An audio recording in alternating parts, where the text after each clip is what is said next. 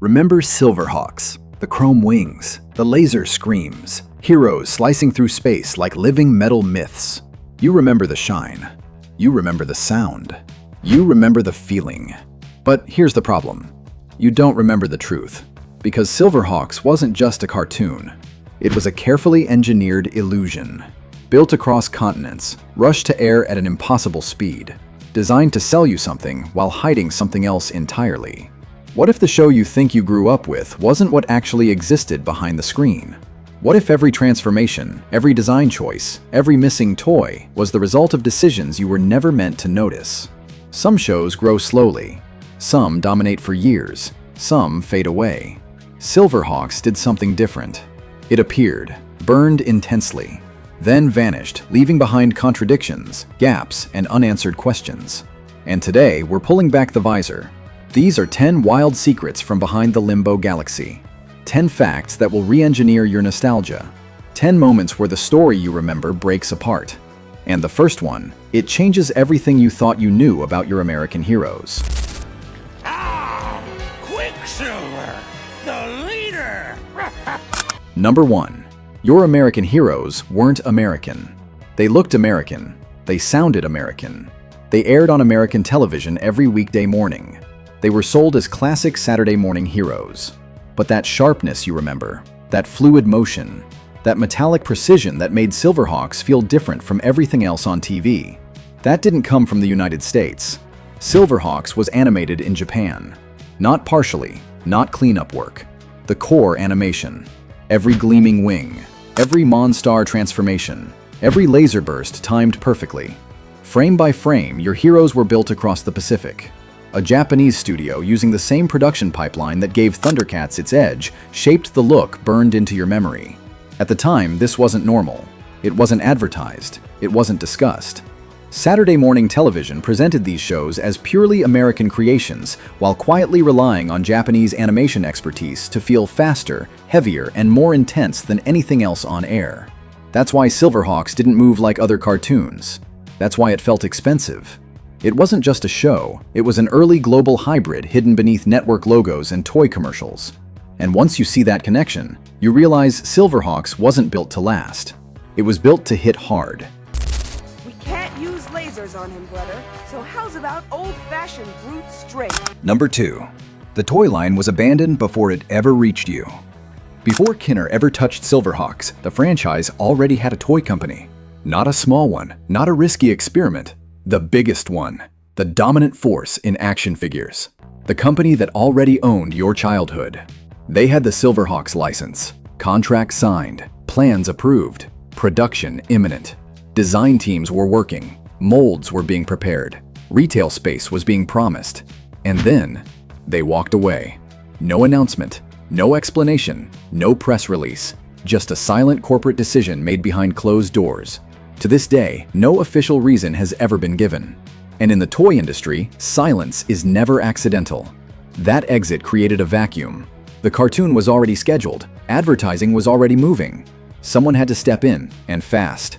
Kenner didn't inherit SilverHawks, they rescued it. Racing the clock, they rebuilt the entire line under pressure. Different designs, different materials, different compromises. What you owned wasn't the original vision, it was the version that survived abandonment. And that last-second pivot didn't just change the toys you got. It erased the ones you never saw. Playsets, characters, entire ideas. SilverHawks didn't lose toys because of creativity. It lost them because someone powerful walked away. Call the play! Hot 1, hot 2. Number 3. Among those toys, something was conspicuously absent. Every kid who watched craved it, dreamed about it. The Command Center, Hawkhaven Fortress, Commander Stargazer's orbital hub, the team's home base against Monstar's mob. It was the heart of the show, the centerpiece of every episode, the place where everything happened. Yet it never materialized, not in any form, not even a scaled-down version. That ultimate playset remained a dream. The numbers simply didn't work, costs were too high. Or so they said. That was the official explanation. So the Ultimate HQ stayed on screen, taunting you every episode. A constant reminder of what couldn't be owned, of what was kept just out of reach. A fortress that existed only in broadcast signals, only in your imagination. And it wasn't the only character missing from your shelf, not by a long shot. Your turn, Lieutenant. Number 4. Hawkhaven wasn't the only omission. Monstar got his figure. Sky Shadow got one too. The major players were represented. But look closer at the mob. Really look. Count them. Melodia, Yes Man, Poker Face. They appeared episode after episode. Major antagonists, caused plenty of havoc. Major players in the criminal empire, essential to the show's conflict. Yet their figures never appeared on shelves, never even made it to prototype stage, never got past the concept phase.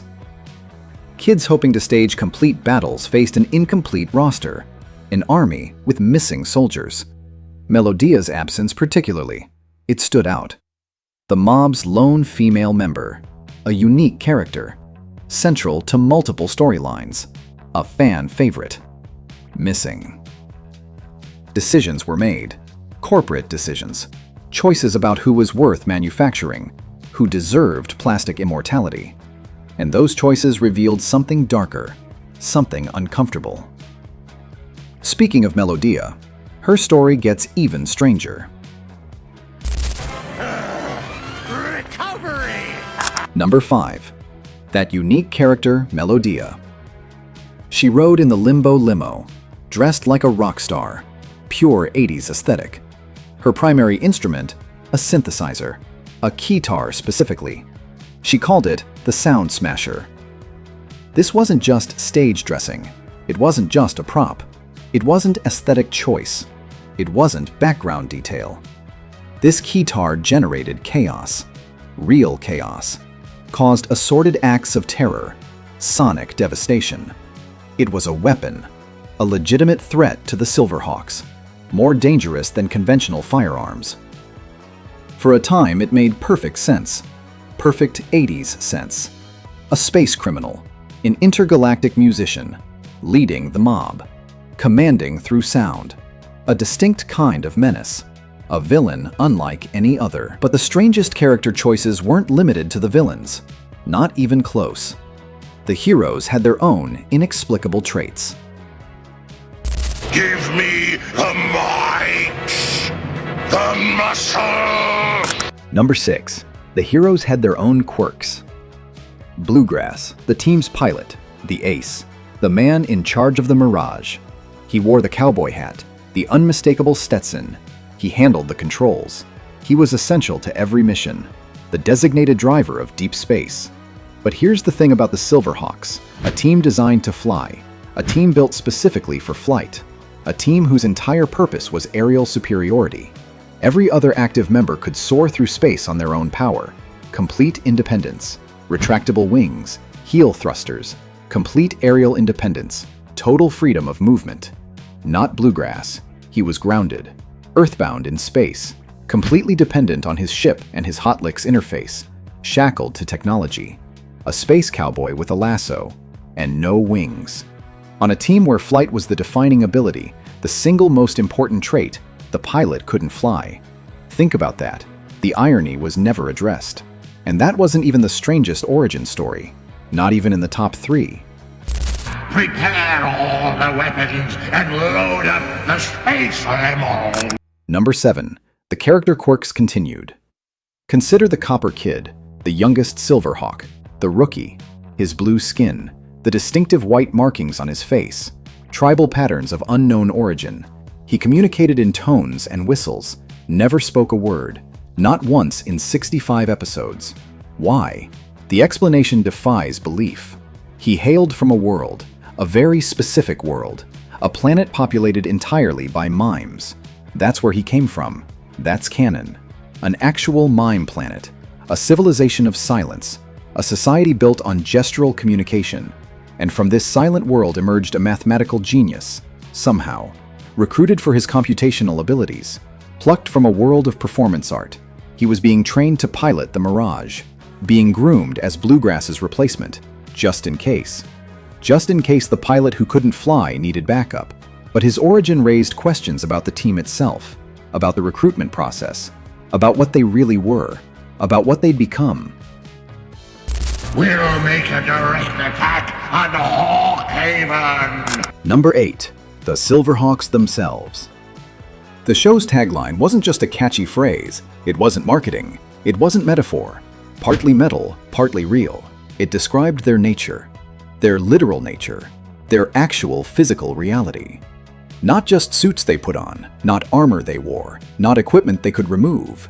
They were their armor, fused, biological and mechanical components fused, permanently, irreversibly merged, exposed only their faces, one arm, just one arm of flesh. Retractable masks for vacuum, thrusters for propulsion, wings for flight, shoulder lasers for when persuasion failed. They were living weapon systems, cyborgs, irreversibly transformed. What did it mean to become one? What was the process? What became of their original bodies? What happened to the people they were before? Were they volunteers? Could they ever go back? And the transformation wasn't limited to the heroes. The villain had his own metamorphosis. I'm stronger now than ever before! You don't have a chance! Number 9. Then there's Monstar. The transforming crime boss, the shapeshifter. He grew enormous, tripled in size, armored, unstoppable in his powered form, nearly invincible. His power, it came from something called the Moonstar of Limbo, a celestial body. It fueled his iconic transformation, his daily ritual. Moonstar of Limbo, give me the might, the muscle, the menace of Monstar. Kids shouted it, memorized it, chanted it in playgrounds. Adults remember it, word for word. But this Moonstar, despite its name, it wasn't a moon. It was a star. A solid star, somehow solid. A burning celestial body, beaming energy directly into a criminal's lair. Across light years of space. On command. Physics optional. Reality negotiable. Science abandoned. But that cosmic impossibility, it pales compared to what happened in the real world. To what happened to the show itself. Relax, guys. Meet Tallyhawk. Number 10. Here is the fact. The one that reshapes everything. The one nobody saw coming. The entire series. 65 episodes of SilverHawks. All of it. Every episode. Aired between September 8th, 1986 and December 5th, 1986. That's 88 days. Less than 3 months. Barely a season by modern standards. An entire animated universe. Debuted, concluded, vanished. Before Christmas of that year. Before the snow fell. Before anyone realized it was over. No second season. No continuation. No resolution. No finale. Just a relentless broadcast schedule. 5 episodes per week. A fire sale. Burned through in a sprint. The well ran dry. The story ended mid-flight. Your brain remembers years, remembers growing up with it. The calendar reveals a meteor. A flash across the sky, then darkness, then nothing. But there's one more thing. One final detail that ties it all together. Yes, boss. Certainly, boss. Great idea, boss. Bonus fact: the man who changed them forever. Commander Stargazer was never just the leader. He wasn't simply issuing orders or coordinating missions from Hawkhaven Fortress. He was the architect. Every SilverHawk was personally selected by him, hand-picked, approved, chosen. Not just to fight crime, but to be transformed.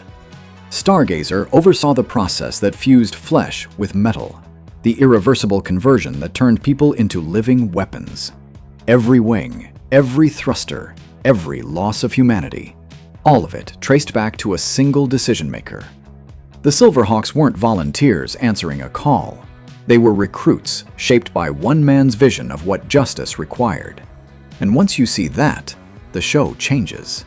It stops being about heroes in space and starts being about the cost of winning.